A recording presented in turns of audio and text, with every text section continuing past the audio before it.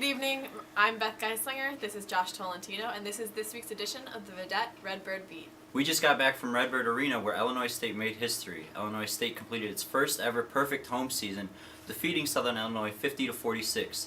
Not only did they complete the perfect home season, it was Dan Muller's career win number 100 and senior night. Beth, who stood out to you?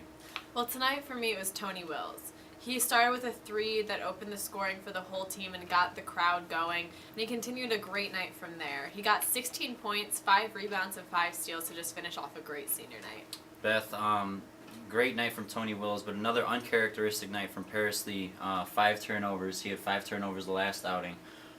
What does ISU need to do moving forward into Saturday's game? Well, Saturday they're taking on Northern Iowa, and although tonight their defense looked really good and they need to keep their defense going, they really need to work on their offense. As you said, Paris Lee, his game was looking a little bit sloppy, and so they really just need to clean that up and get their passes sharp so that they can get their offense going, as well as getting other players who weren't scoring as much on the board. Not only ball control and involving the team more offensively, a number one priority I'd say is Mikhail McIntosh's health heading into the end of the season. He did a good sign tonight. He did play 23 minutes. That's right where Dan wants to keep him around 20-minute range.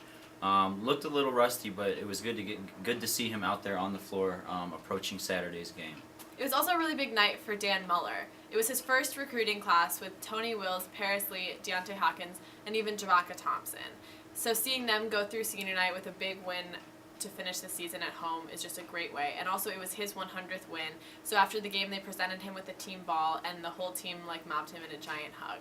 Also be sure to tune in to WZND 103.3 to get the news from St. Louis, as they will also be covering Arch Madness. For Beth Geistlinger, I'm Josh Tolentino, and this was this week's edition of the Vidette Redbird Beat.